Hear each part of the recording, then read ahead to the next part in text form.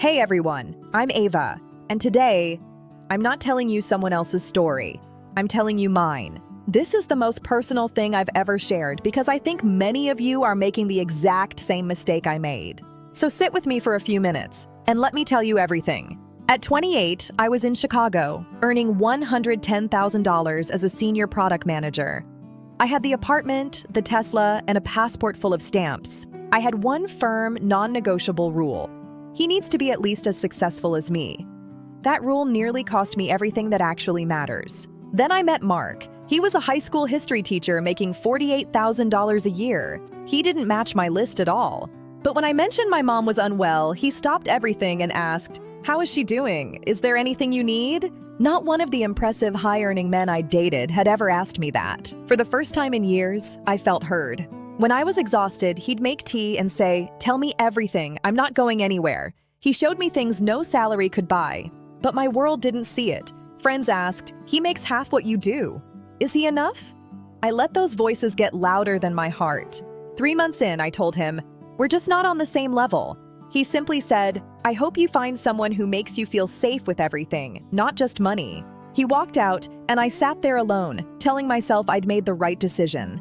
I hadn't. Then came Daniel, $200,000 a year, Lakeshore high-rise, Rolex. He matched every item on my list. But when my mom was hospitalized, he said, "That's your family's situation, not mine." He had everything on paper, but nothing in my heart. 8 months later, we were done. I was left alone in my apartment, asking one question: what am I actually looking for? I attended a workshop and learned the truth. The Gottman Institute found the top predictors of lasting marriages are trust, respect, and shared values, not income. Harvard's 80-year study proved that the single greatest predictor of a fulfilling life was the quality of our close relationships. I had spent 2 years chasing a number on a paycheck while walking away from the man who gave me what no number could. A year later, I met David. He runs a nonprofit, earns $65,000, and is more present than anyone I've ever known. He was curious about my mind, not just my career. He had deep, lived integrity and was honest in the most loving way. When my father passed away, David was at my door within 2 hours. He cooked, sat with me in silence, and stayed for 3 weeks. My mom told me, "He didn't have to do that." But he did, and that tells you everything. Last month, we got engaged in a small garden in Hyde Park. I am the happiest I have ever been.